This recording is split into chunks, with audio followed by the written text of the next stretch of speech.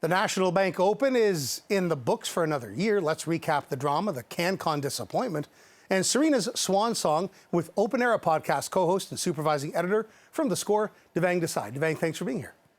Thanks for having me.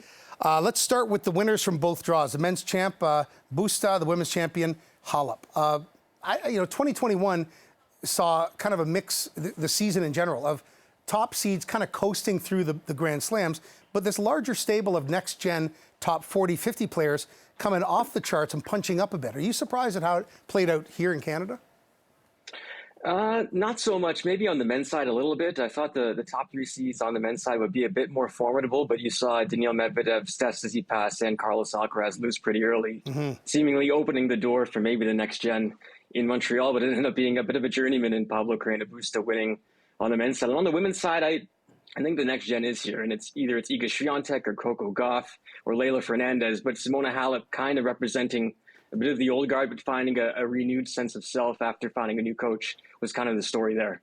Now, CanCon had a disappointing result here at this tournament, and frankly, across the year. The big four, right? El Chapo, Felix, Leylah, Bianca, they've kind of underachieved. I want to know, do you think, what has to happen for them to compete at the Slams next season? What's lacking in their respective games?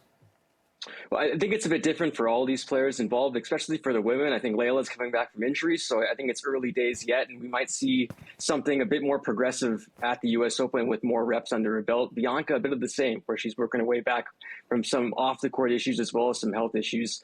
For the men, I think this year has definitely been disappointing. I mean, Chapo lost in the first round again. I think that's his seventh loss in the first round this year, right? So that's not great. And Felix losing at home, the way he did to Casper Ruud kind of meekly was disappointing, to be sure. I'm not sure what they need to do to regroup, but I do think that they have an opportunity at the U.S. Open on a hard court that seems susceptible for them. Yeah. Felix's matches have to go longer than an hour 10. Yeah. Let's start there. Serena's so long from the 6. Announced here, but the big farewell will be in Flushing Meadows in New York and starting 1 week or 2 weeks from today. Look, I don't think you can really underscore the contribution that Serena Williams has made to the game and to the culture at large. No, I don't think you can. And I think you saw the outpouring of support for her on that day on Wednesday. And even though she lost, I think it was cathartic for a lot of us watching it. And also the beginning of the end.